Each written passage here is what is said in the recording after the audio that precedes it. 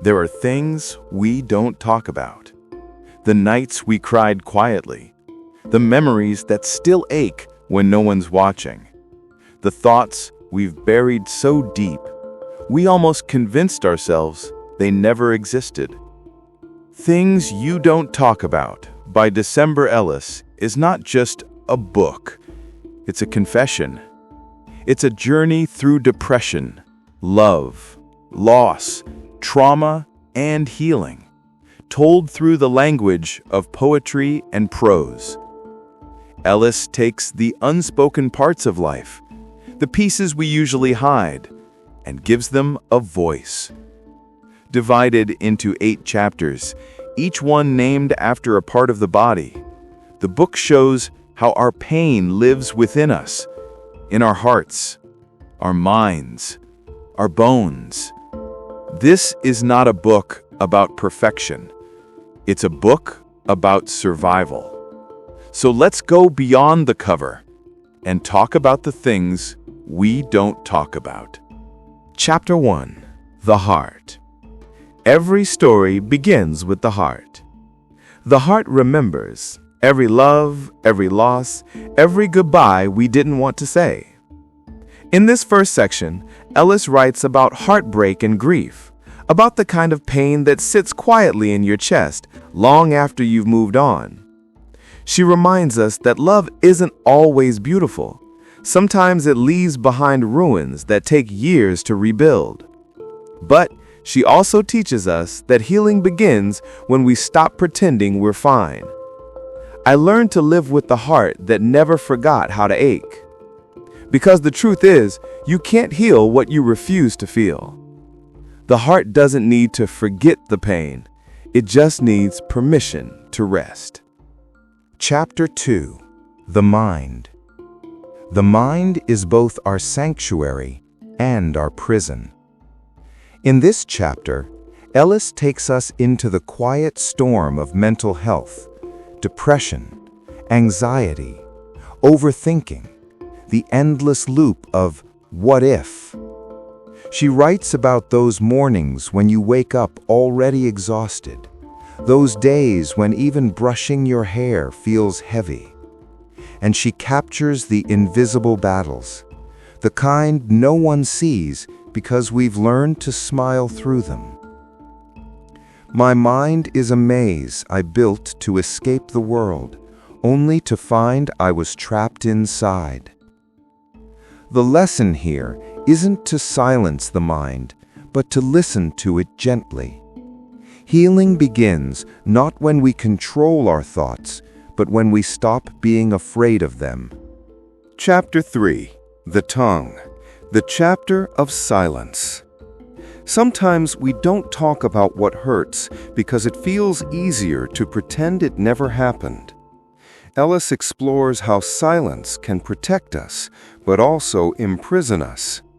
We swallow our truths because we're afraid they'll change how others see us or how we see ourselves. My silence became my scream. This chapter asks, what would happen if we finally said the words we've been holding back? Because silence may feel safe, but speaking is what sets us free. Chapter 4. The Spine. The Symbol of Strength. Here, Ellis writes about resilience, about standing tall again after life breaks you. She reminds us of the times we bent too far to please others, the times we carried burdens that weren't ours to hold. My spine remembers every time I bent too far for someone who wouldn't bend for me.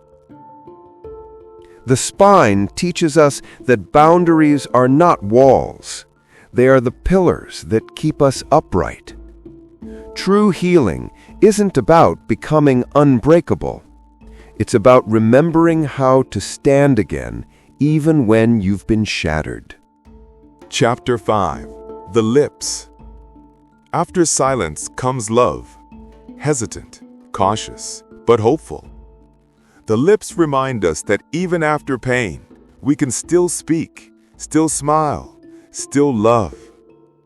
Ellis shows that vulnerability is not weakness, it's courage. The courage to trust again after your heart has been broken. To love again, even knowing you could be hurt again, is an act of incredible strength. Chapter 6. The Soul. The soul carries what the body cannot. This chapter feels like a breath, a release.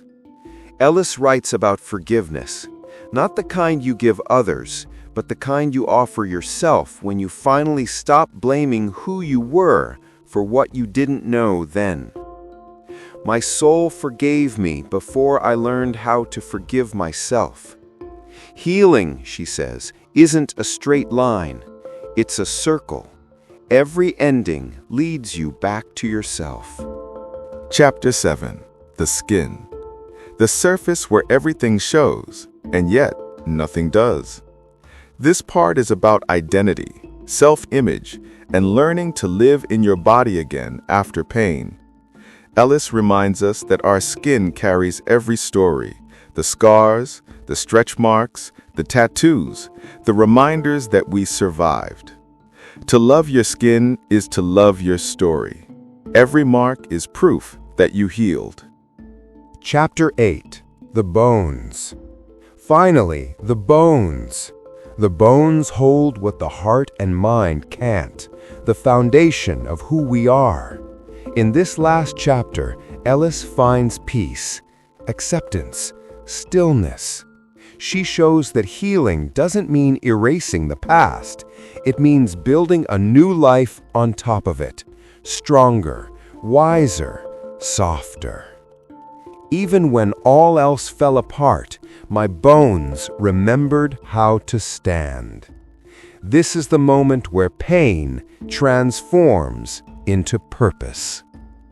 Things You Don't Talk About isn't just a collection of poems. It's a reflection of what it means to be human. It's about learning to speak your truth, even if your voice shakes. About finding beauty in brokenness, strength in vulnerability, and peace in acceptance. We all carry things we don't talk about: grief, fear, regret. But as December Ellis reminds us, healing begins the moment we stop hiding. Maybe we don't need to be completely healed to be whole. Maybe just talking about it is enough. What about you? What's something you haven't talked about yet? But maybe it's time to.